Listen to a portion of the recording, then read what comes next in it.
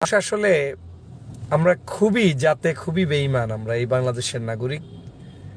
আমরা সেই জুলাই বিপ্লবকে ভুলে গিয়েছি, জুলাইয়ের চেতনাকে ভুলে গিয়েছি। আমরা সংবিধানের দোহাই দিয়ে মানুষ হত্যা করছি, মানুষ মারছি। সংবিধান তো অনেক বড় বিষয়। সংবিধান তো আমাকে রাষ্ট্রের সমস্ত কিছুকে মেনে চলার জন্য হুকুম দিয়েছে। এখন এই মেনে চলার মধ্যেই তো আমার ভাইকে গুম করা হয়েছে, খুন করা হয়েছে, ফাঁসি দেওয়া হয়েছে। সব কিছুই কিন্তু সংবিধান মেনে করা হয়েছে।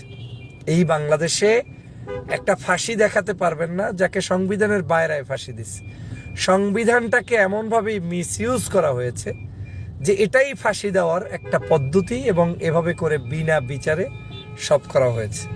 আমার ব্যক্তিগতভাবে আমাদের মহামান্যের প্রতি কোনো ক্ষোভ নেই, এবং অনেকের মতো আমি খুব একটা তার ব্যাপারে প্রতিবাদের বিষয়গুলোতেও অ্যাক্টিভ ছিলাম না। কিন্তু তার গতকালকের স্ট্যাটাসটা পরে আমার নিজের একটু আক্ষেপ লাগলো যে মহামান্য সে যে এখন পর্যন্ত এই গত 18 মাসে যে কোনো ব্যক্তির তুলনায় বাংলাদেশের রেসপেক্টের জায়গায় আরামায়েশে দিন কাটাচ্ছে, এটার জন্য তার কোনো অনুভূতি আছে কিনা এবং সাংবাদিকদের কাছে তার কোনো বিবৃতি আছে কিনা।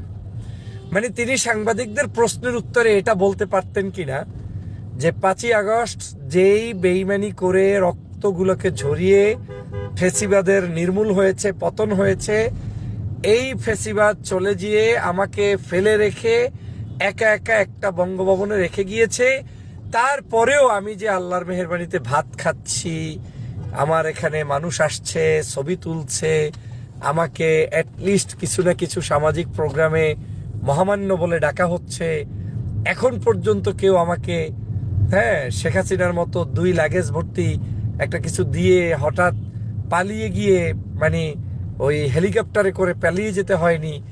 এটার জন্য তো তিনি সবার আগে সাংবাদিকদের প্রতি, দেশবাসীর প্রতি, মহান আল্লাহর প্রতি শুকরিয়া আদায় করে একটা বিবৃতি দিতে পারতেন। অ্যাটলিস্ট জনগণ বুঝতো যে আমাদের প্রিয় মহামান্য তিনি এই বাংলাদেশের জুলাই বিপ্লবকে ধারণ করতে গিয়ে, জুলাই বিপ্লবের যে এত কষ্টের মধ্যেও তিনি যে সামান্য ভালো আছেন, সেটা জনগণ কিন্তু একটু হলেও নিতে পারতেন। সমস্যাটা আসলে তার কাছেও না, সমস্যাটা হচ্ছে আমরাই এই পথ খুলে দিয়েছি। আমরাই আজকে দেখলাম একটু আগে আমাদের প্রিয় সংগঠন, বন্ধু সংগঠন বিএনপির 4 জন নেতা আধিপত্য বিস্তারকে কেন্দ্র করে আওয়ামী লীগের একটা গ্রুপের হাতে খুন হয়েছে। 4 জন, তারা বিএনপির ঘেষানা, বিরোধী দলের মানে এখন তো সরকারি দল আওয়ামী লীগের কাছে তারা নিহত হয়েছে। ফুল নিউজটা আপনারা হয়তো আরও পাবেন।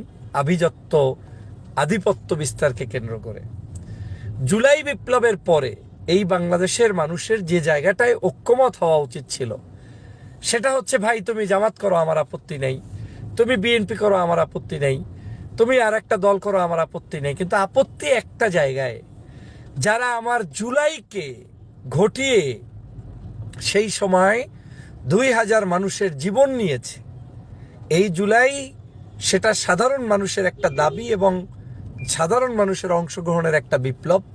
সেই বিপ্লবকে যারা বাধাপ্রাপ্ত করেছে, সেই বাধাপ্রাপ্ত ব্যক্তিদেরকে আমরা সবার আগে বাংলাদেশের ন্যায় বিচার প্রতিষ্ঠার স্বার্থে বিচার করব, সেই লোকটি যে হোক। আর যে লোকটি অপরাধী না, লোকটা ভিন্ন দলের, আওয়ামী লীগ করলেও অন্য দল করলেও তাকে আপনি জুলুম করবেন না, তার উপরেও ইনসাফ কায়েম করবেন, তাকে আপনি বিচার করতে গিয়ে মিথ্যা মামলায় ফাঁসাবেন না। এরকম একটি ইনসাফ রাষ্ট্র যদি আমরা দেখাতে পারতাম, তাহলে এই দেশে কখনোই কোনো অপরাধী মাথা উঁচু করে দাঁড়াইতে পারতো না, আর কোনো ভদ্রলোক দেশ থেকে পালাতে হতো না। কারণ আমাদেরকে একটা জায়গায় না একটা জায়গায় এন্ডিং করতে হবে সকল সমস্যার, কিন্তু সেটা আমরা কিন্তু ব্যর্থ হয়েছি। আমরা এখন আবার আমরা কাউকে ভালোবাসার নামে সন্ত্রাসীদেরকে প্রশ্রয় দিচ্ছি, আবার কাউকে ঘৃণার নামে অনেক ভালো মানুষদেরকেও আমরা দেশ থেকে বিতাড়িত করছি।